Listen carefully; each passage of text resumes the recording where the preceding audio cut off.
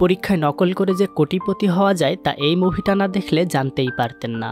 পরীক্ষার হলে নকল করার এমন সব টেকনিক আছে যা শুনলে আপনার চোখ কপালে উঠে যাবে। আর এই সব নকল করে ইনকাম করা যায় কোটি কোটি টাকা। একজন জিনিয়াস স্টুডেন্ট যখন পরীক্ষায় নকল করে তখন সে ঠিক কী কী টেকনিক ইউজ করে তা জানতে পারবেন আজকের এই মুভিতে। আর হ্যাঁ, এই সব টেকনিক ফলো করে আপনি আর আপনার বন্ধুরাও পেয়ে যেতে পারেন সফলতা।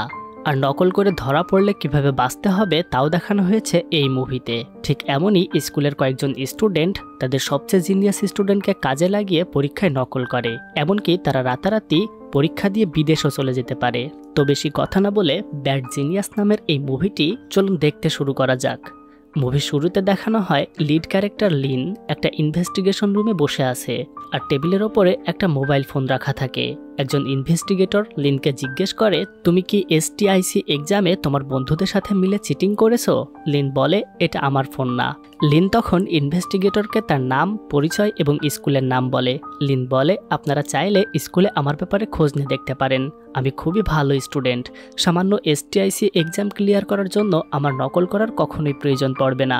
এসব বলে লিন অনেক হাসে। এরপর লিনের জীবনের অতীতের কিছু ঘটনা দেখানো হয়, অর্থাৎ মুভির আসল কাহিনী এখান থেকেই শুরু হয়। লিনের বাবা লিনকে থাইল্যান্ডের সবচেয়ে নামকরা স্কুলে অ্যাডমিশন করানোর জন্য নিয়ে আসে। লিনের বাবা স্কুলের হেডমিস্ট্রেসকে বলে, লিন খুবই ভালো একজন স্টুডেন্ট, ও সব এক্সামে টপ করে। লিনের বাবা হেডমিস্ট্রেসকে লিনের কিছু সার্টিফিকেট এবং ট্রফিও দেখায়। লিনের বাবা বলে, লিন ডিস্ট্রিক্ট লেভেলে ম্যাথ কম্পিটিশনে চ্যাম্পিয়ন হয়েছে, ন্যাশনাল ক্রসওয়ার্ড চ্যাম্পিয়ন হয়েছে। এছাড়া স্পোর্টসে তার অনেক অ্যাচিভমেন্ট আছে। হেডমিস্ট্রেস বলে, লিনকে এই স্কুলে অ্যাডমিশন দিতে আমার কোনো আপত্তিই নেই। এরপর হেডমিস্ট্রেস লিনকে জিজ্ঞেস করে, তুমি এই স্কুলে পড়ার জন্য রাজি আছো? লিন বলে, আমি আসলে এখানে ভর্তি হতে চাইনি। আমার কাছে আমার আগের স্কুল ঠিকই ছিল, কিন্তু আমার বাবা চান আমি যাতে কোনো ভালো স্কুলে পড়ি। এই স্কুলে পড়ার জন্য প্রতি বছর প্রায় 1.5 লাখ টাকা খরচ হবে। আমার বাবার আয় খুবই কম, এতগুলো টাকা বাবার জন্য দেওয়া কষ্টসাধ্য হয়ে যাবে, তাই আমি এখানে অ্যাডমিশন নিতে চাচ্ছি না। হেডমিস্ট্রেস বলে, তোমার সেমিস্টার ফি 60,000 টাকা, বছরের 2 সেমিস্টারে 1,20,000 টাকা খরচ হবে, তুমি 1.5 লাখ টাকা কেন বলছো? এরপর লিন বলে, সেমিস্টার ফি ছাড়াও আরও অনেক খরচ রয়েছে, যেমন যাতায়াত ভাড়া, লাঞ্চের টাকা, ইউনিফর্ম সহ আরও কিছু মিলিয়ে 1.5 লাখ টাকা খরচ হয়ে যাবে। লিন ক্যালকুলেটর ছাড়াই শুধু মুখে মুখে হিসাব করে নির্ভুলভাবে হেডমিস্ট্রেসকে সবকিছু বুঝিয়ে দেয়। লিনের বাবা তাকে চুপি চুপি থামানোর অনেক চেষ্টা করে, কিন্তু সে থামেই না। এটা দেখে তার বাবা বলে, লিন ম্যাথে একজন গোল্ড মেডেলিস্ট, তাই সহজেই এসব হিসেব সে করে ফেলতে পারে। হেডমিস্ট্রেস লিনের কথা শুনে বুঝতে পারে লিন আসলেই একজন জিনিয়াস স্টুডেন্ট। তিনি লিনকে বলে, আমি তোমার লেখাপড়ার খরচ ফ্রি করে দেব, সেই সাথে তোমাকে স্কলারশিপও দেওয়া হবে। এবার নিশ্চয়ই তোমার এই স্কুলে পড়তে কোনো আপত্তি নেই? এরপর লিন নতুন এই স্কুলে ভর্তি হয়ে যায়। লিনের স্কুল আইডি কার্ড তৈরির জন্য তার ফটো তোলা হয়। তখন একটা মেয়ে এসে তার চুল ঠিক করে দেয়। মেয়েটির নাম ছিল গ্রেস। লিন এবং গ্রেসের মধ্যে ভালো ফ্রেন্ডশিপ হয়ে ওঠে। এরপর দেখানো হয় লিন এবং গ্রেস লাইব্রেরিতে বসে আছে। গ্রেস বলে, টিউটর এই শীটটা গত সপ্তাহে পড়া দিয়েছিল, কিন্তু আমি কিছুই বুঝতে পারছি না। লিন তাকে সহজে অঙ্কটা বুঝিয়ে দেয়। গ্রেস বলে, তুমি প্লিজ আমার টিউটর হয়ে যাও না, তাহলে আমি তোমার ফার্স্ট স্টুডেন্ট হব। গ্রেস অনেক রিকোয়েস্ট করার পর লিন তাকে সব পড়া বুঝিয়ে দেয়। পরের দিন তাদের ক্লাস টেস্ট ছিল। এই পরীক্ষায় শুধু 60টা MCQ ছিল, আর তার জন্য সময় নির্ধারণ করা হয় মাত্র 30 মিনিট।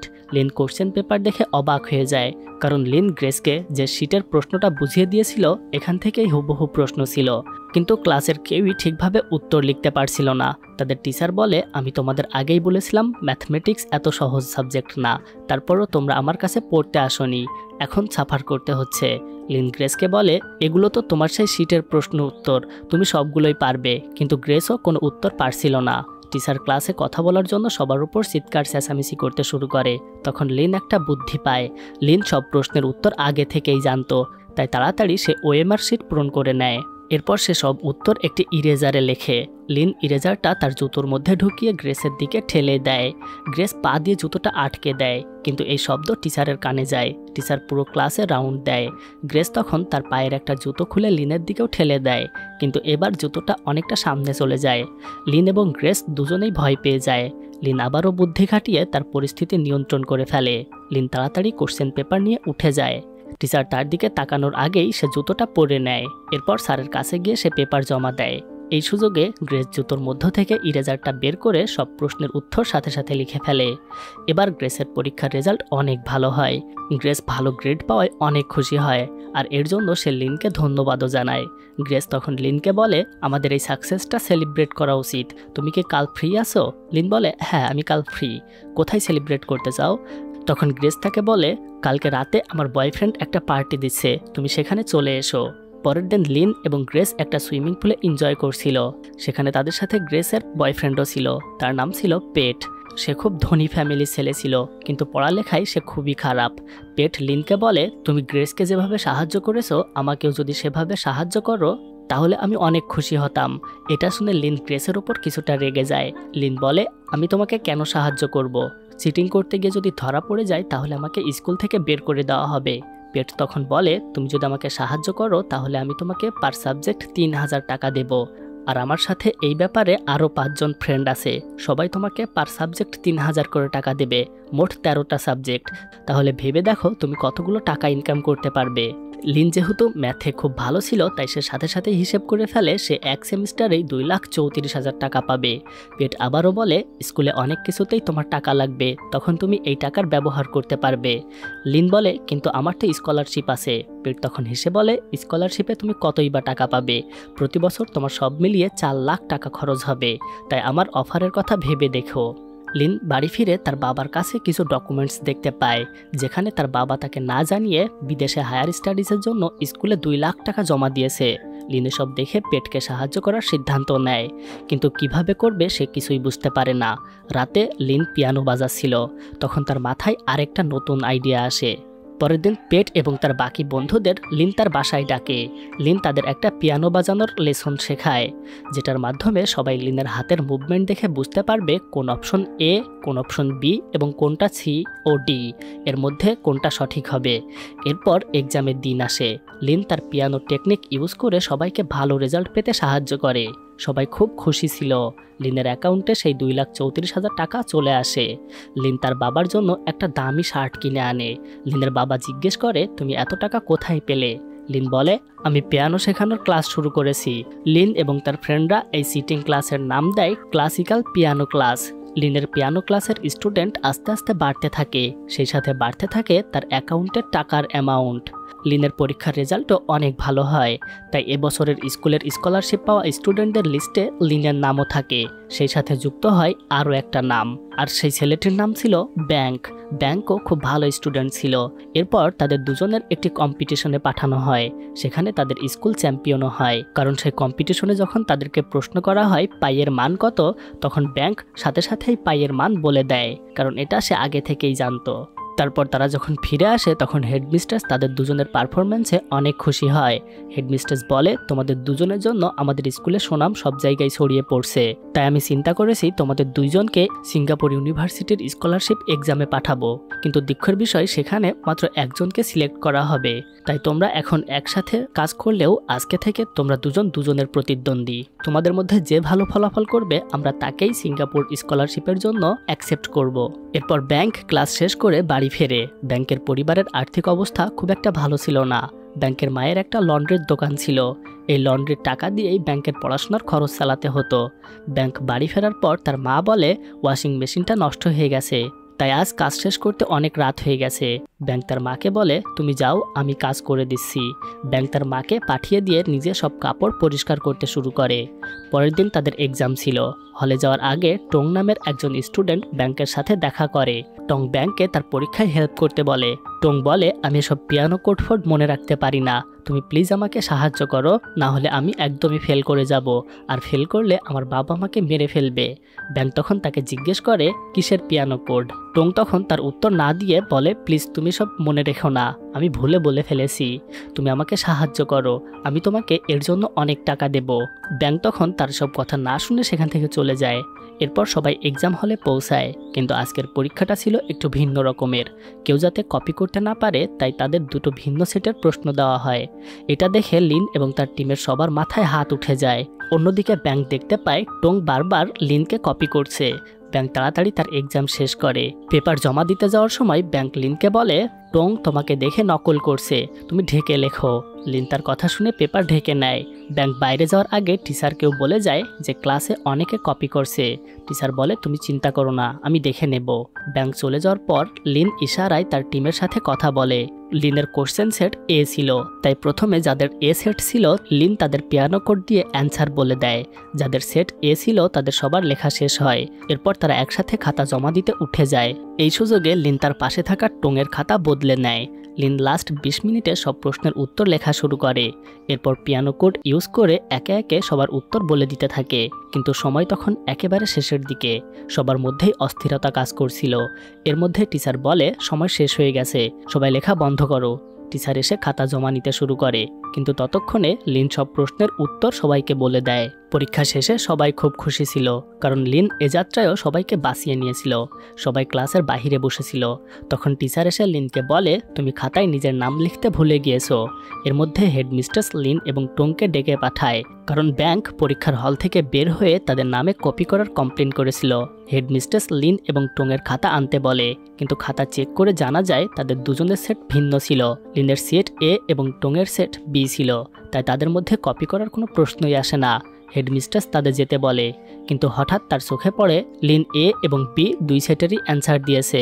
হেডমিস্ট্রেস লিনকে ডেকে সব সত্যি জানতে চায়। এরপর লিনের বাবাকে স্কুলে ডাকা হয়। হেডমিস্ট্রেস লিনের বাবাকে জানায় যে লিন কিভাবে তার ফ্রেন্ডের সাথে মিলে চিটিং করেছে। হেডমিস্ট্রেস লিনকে জিজ্ঞেস করে তুমি কেন এসব করেছো। তখন ব্যাংক হঠাৎ রুমে এসে বলে টাকার জন্য ম্যাম, টাকার জন্য। টং আমাকে একই কাজ করার জন্য 3000 টাকা অফার করেছিল। লিন হয়তো সেই টাকার জন্যই এসব করেছে। এতে হেডমিস্ট্রেস অনেক রেগে যায়। তিনি লিনকে বলে আমি তোমাকে অ্যাডমিশন দিয়েছিলাম কারণ তুমি একজন ভালো স্টুডেন্ট, কিন্তু শুধু ভালো গ্রেড হলেই হয় না, ভালো আচরণও থাকতে হয়। স্কুল পড়াশোনা করার জায়গা, টাকা রোজগার করার জায়গা না। হেডমিস্ট্রেস বলে আমি তোমাকে এখনই এক্সপেল করতে পারি, কিন্তু এটা যেহেতু তোমার প্রথম ভুল ছিল তাই আমি তোমাকে সেকেন্ড চান্স দিচ্ছি, আর তোমার এই ভুলের শাস্তি হিসেবে আমি তোমার স্কলারশিপ ক্যান্সেল করে দিচ্ছি। এতে লিনও কিছুটা রেগে যায়। লিন তখন হেডমিস্ট্রেসকে বলে চিটিং তো আপনারা শুরু করেছেন, আমাকে স্কলারশিপ দেওয়া হলেও আমার বাবার থেকে এক্সট্রা টাকা নেওয়া হয়েছে। এতে হেডমিস্ট্রেস আরও রেগে যায়। সে লিনকে বেরি করে দিতে চেয়েছিল, কিন্তু লিনের বাবা লিনকে ধমক দিয়ে থামিয়ে দেয় এবং হেডমিস্ট্রেসকে অনেক রিকোয়েস্ট করে। হেডমিস্ট্রেস বলে আমি লিনকে রাখতে পারি একটা শর্তে, ওর সিঙ্গাপুরে যে হায়ার স্টাডির স্কলারশিপ দেওয়ার কথা ছিল সেটাও ক্যান্সেল করে দেওয়া হবে, আর এই সব ফ্যাসিলিটিস শুধু ব্যাংকে দেওয়া হবে, কারণ সে একজন ভালো স্টুডেন্ট, তাই আমরা তার সাথে তোমার কোনো কম্পিটিশন রাখতে পারি না। এরপর লিন বাড়ি ফেরে। বাড়িতে আসার পর তার বাবাও তাকে অনেক বকাবকি করে। সে লিনের কিনে দেওয়া সেই শার্টটাও ফেলে দেয় আর লিনকে সব টাকা ফেরত দিতে বলে।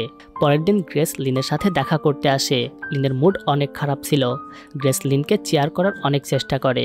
গ্রেস বলে গতকাল পেটের বাবা মা আমাকে ডিনারের জন্য ইনভাইট করেছিল, আমি সেখানে যাওয়ার জন্য তারা আমাকে বলে পেটকে অনেক ভালো ভালো জায়গায় টিউশন করানো হলেও সে কখনো ভালো রেজাল্ট করতে পারেনি। তারা ওর পেছনে অনেক টাকা খরচ করেছে, কিন্তু আশানুরূপ ফল কখনোই পায়নি। কিন্তু ও যখন থেকে তোমার সাথে রিলেশন শুরু করেছে তখনই ওর রেজাল্ট ভালো হয়েছে। ও তোমাকে পাওয়ার জন্য সবসময় ভালো করে পড়াশোনা করেছে। এখন পেটের বাবা মা চায় ও যেন STIC এক্সাম দেয় এবং বিদেশে পড়াশোনা করতে চায়, আর সেই সাথে তারা আমাকেও এই এক্সামে বসার ব্যবস্থা করে দিয়েছে এবং তারা সব খরচ চালানোর কথা বলেছে। এরপর গ্রেস বলে STIC এক্সাম হলো এমন একটি পরীক্ষা যেটা সারা বিশ্বে একই সময় অনুষ্ঠিত হয়। ওয়ার্ল্ড ওয়াইড এই এক্সামের মাধ্যমে বেস্ট স্টুডেন্টদের সিলেক্ট করা হয় এবং তারা অস্ট্রেলিয়ার ইউনিভার্সিটিতে অ্যাডমিশনের সুযোগ পায়।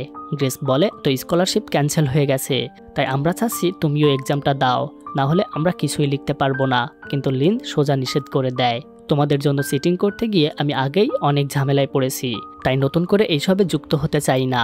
গ্রেস বলে পেট তোমাকে এই এক্সামে হেল্প করার জন্য 6 লাখ টাকা দেবে। লিন তারপরও না করে দেয়। এরপর লিন একটা লোককে দেখতে পায়। লোকটা ভিডিও কলে তার বাচ্চাদের সাথে কথা বলছিল। তার মেয়ে অন্য কোনো দেশে ছিল, আর সেখানে তখন দুপুরের সময় ছিল, আর লিনের ওখানে তখন রাত ছিল। এই ব্যাপারটা লিনকে ভাবায়। লিন ভিন্ন ভিন্ন দেশের সময় দেখতে থাকে, আর তার মাথায় চলে আসে অসাধারণ একটা আইডিয়া। লিন পেট এবং গ্রেসের সাথে দেখা করে পুরো পরিকল্পনাটা তাদেরকে বুঝিয়ে বলে। লিন তাদেরকে একটা ম্যাপ দেখিয়ে বলে STIC এক্সাম ওয়ার্ল্ড ওয়াইড হয়, কিন্তু বিশ্বের প্রতিটি দেশের টাইম জোন আলাদা। আমি যদি অস্ট্রেলিয়া থেকে এই এক্সামটা দেই তাহলে আমরা হাতে 4 ঘন্টা এক্সট্রা সময় পাবো, কারণ অস্ট্রেলিয়ার সময় থেকে আমরা 4 ঘন্টা পিছিয়ে আছি। এই সময়ের মধ্যে আমি সবগুলো উত্তর মেমোরাইজড করে নেব আর সেগুলো তোমাদেরকে বলে দেব, আর তোমরাও খুব সহজে থাইল্যান্ড থেকে পরীক্ষা দিতে পারবে। এই আইডিয়া শুনে তারা দুজনেই খুশি হয়ে যায়। লিন তাদের বলে, কিন্তু আমি শুধু তোমাদের দুজনকেই সাহায্য করব না, তোমাদের দায়িত্ব হলো তোমরা আরও ক্লায়েন্ট খুঁজে বের করবে যাতে আমার টাকার অ্যামাউন্ট বাড়ে। তারা দুজন রাজি হয়। লিন আবারও বলে, আরও একটা সমস্যা আছে, এত অল্প সময়ের মধ্যে এতগুলো প্রশ্নের উত্তর মুখস্থ করা সহজ হবে না, তাই আমি অর্ধেক প্রশ্ন মুখস্থ করব। গ্রেস বলে, তাহলে বাকি অর্ধেকের উত্তর আমরা কোথায় পাবো? লিন বলে, এর জন্য আমাদের আরও একজন জিনিয়াসকে প্রয়োজন, আর আমাদের কাছে এই মুহূর্তে শুধু একটা অপশনই আছে, সে হলো ব্যাংক। তোমরা যদি ব্যাংকে কনভিন্স করাতে পারো তাহলে STIC এক্সাম দিতে পারবে। রাতে ব্যাংক তার লন্ড্রির কাপড় ডেলিভারি করতে যায়।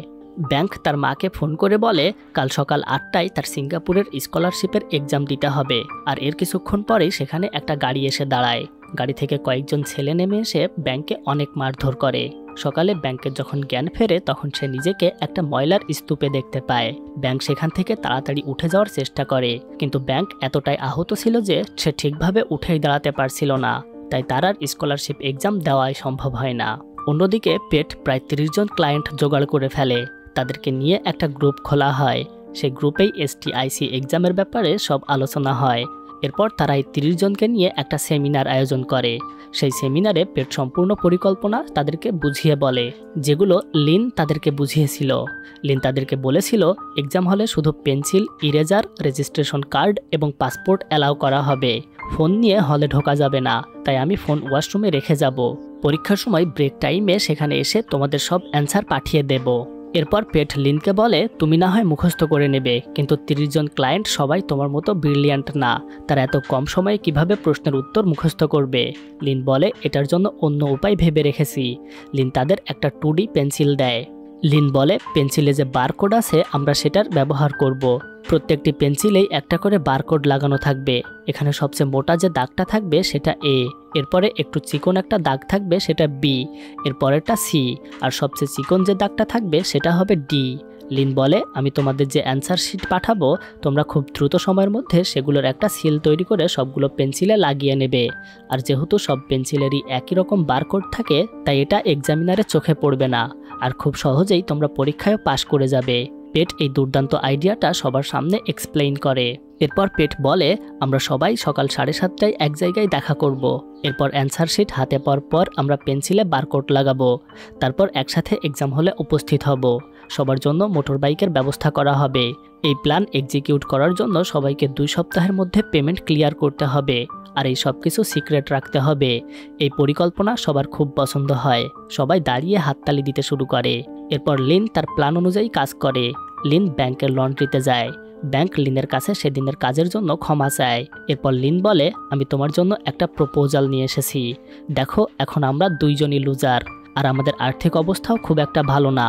আমরা চাইলেই কোনো ভালো ইউনিভার্সিটিতে অ্যাডমিশন নিতে পারবো না, তাই আমি তোমার জন্য একটা সুযোগ নিয়ে এসেছি। যদি তুমি আমার কথা মতো কাজ করো তাহলে আমেরিকার ইউনিভার্সিটিতে পড়তে পারবে, সেই সাথে ভালো টাকাও রোজগার করতে পারবে। সব কিছু শুনে ব্যাংক বলে, তুমি আমাকেও তোমার মতো চিটিং করতে বলছো?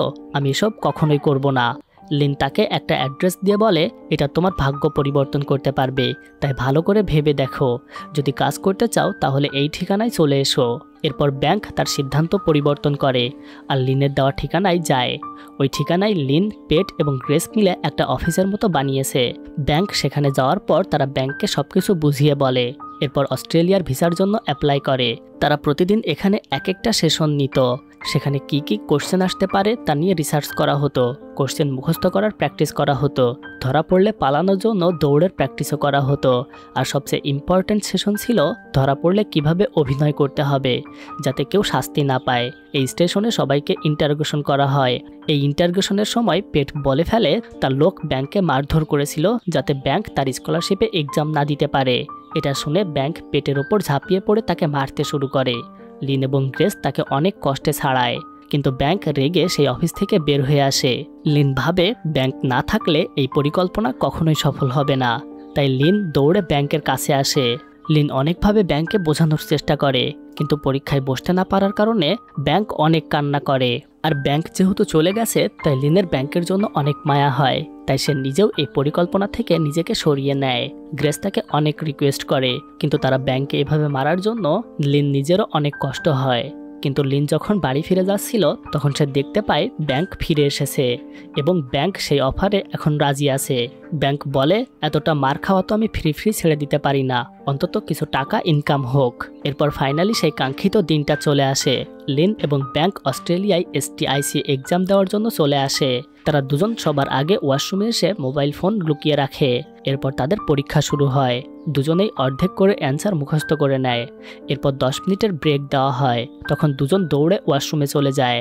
লিন ফোন বের করে তাড়াতাড়ি সব অ্যান্সার সেন্ড করে দেয়, কিন্তু ব্যাংক এখানে একটা নতুন চাল চালে।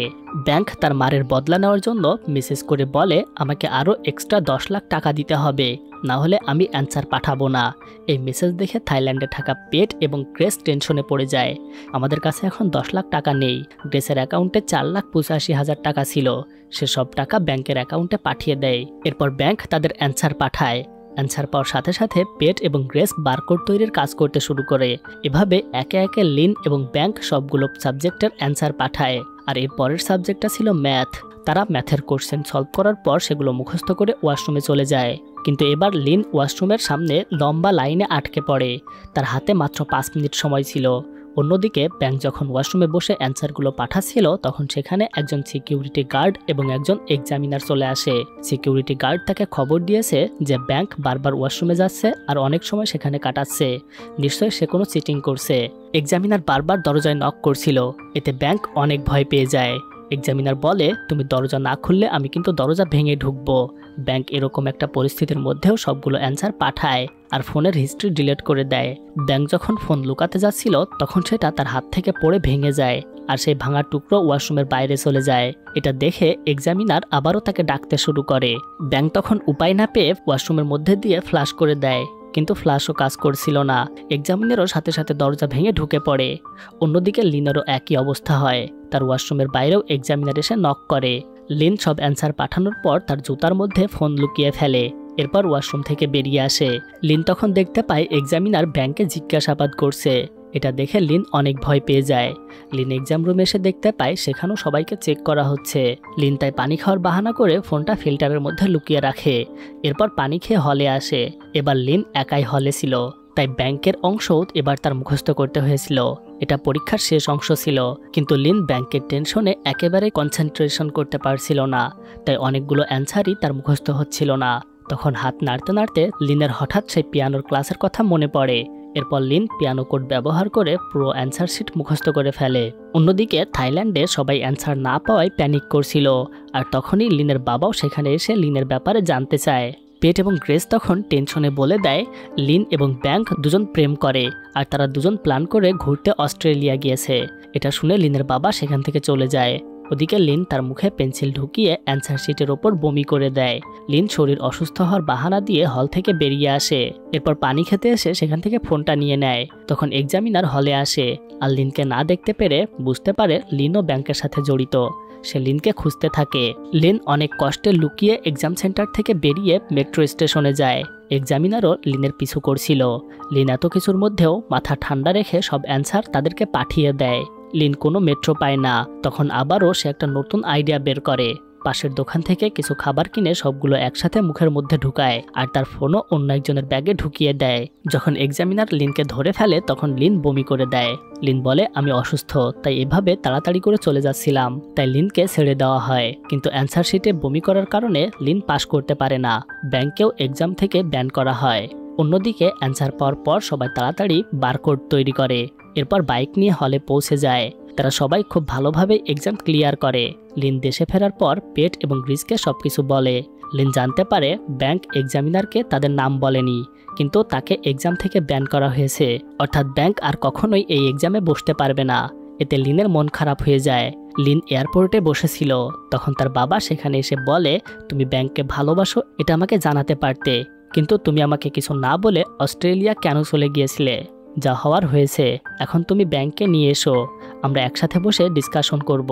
লিন বুঝতে পারে সে আসলে তার বাবাকে ঠকাচ্ছে। লিন তার বাবাকে সব সত্যি বলে দেয় আর তার বাবার কাছে সবকিছুর জন্য ক্ষমা চায়। লিন তার টাকা নিতে চায় না। এই চিটিংয়ের কথাও তাদের স্কুলের হেডমিস্টার জেনে যায়, আর লিন এবং ব্যাংককে স্কুল থেকে বের করে দেওয়া হয়। এরপর লিন একটা মিডল রেঞ্জের বেতনে একটা স্কুলের শিক্ষিকা হিসেবে চাকরি শুরু করে। লিনের দিন ভালোই কাটছিল। হঠাৎ একদিন ব্যাংক তাকে মেসেজ করে দেখা করতে বলে। লিন ব্যাংকের বাসায় যায়। সে দেখতে পায় ব্যাংক এখানে একটা লন্ড্রির দোকান খুলেছে। ব্যাংক এবার লিনকে নতুন একটা এক্সামের ব্যাপারে বলে। ব্যাংক এভাবেই টাকা ইনকাম করতে চায়, কিন্তু লিন তার কথায় রাজি হয় না। তাই ব্যাংক তাকে ব্ল্যাকমেইল করে। ব্যাংক বলে, তুমি আমার কথা না শুনলে আমি তোমার চিটিং করার ব্যাপারে সবাইকে বলে দেব। লিন বলে, তোমার যা খুশি করো। ব্যাংক তাকে আবারও ভয় দেখানোর জন্য বলে, আমি পেট এবং গ্রিসের ব্যাপারেও এবং যারা আমাদের থেকে সার্ভিস নিয়েছে তাদের ব্যাপারেও সবকিছু বলে দেব। লিন এবারও ভয় না পেয়ে বলে, তুমি যা খুশি করতে পারো, কিন্তু আমি আর চিটিং করব না। লিন তার বাবাকে ব্যাংকের ব্ল্যাকমেইলের কথা জানায়। লিনের বাবা বলে, তুমি ভয় পেও না, আমি তোমার সাথে আছি। এরপর ব্যাংক সত্যিই পুলিশকে সবকিছু জানিয়ে দেয়, আর লিনের ইনভেস্টিগেশন শুরু হয়। এই ইনভেস্টিগেশন চলতে চলতেই মুভিটা এখানেই শেষ হয়। হ্যালো বন্ধুরা, এমন অসাধারণ সব মুভির এক্সপ্লেনেশন দেখতে আমাদের চ্যানেলটি এখনই সাবস্ক্রাইব করুন। এতক্ষণ আপনাদের সাথে ছিলাম আমি মিজানুর। তো দেখা হবে পরের বার আরও একটা এক্সাইটিং কোনো মুভি নিয়ে। ততক্ষণ পর্যন্ত ভালো থাকুন, সুস্থ থাকুন।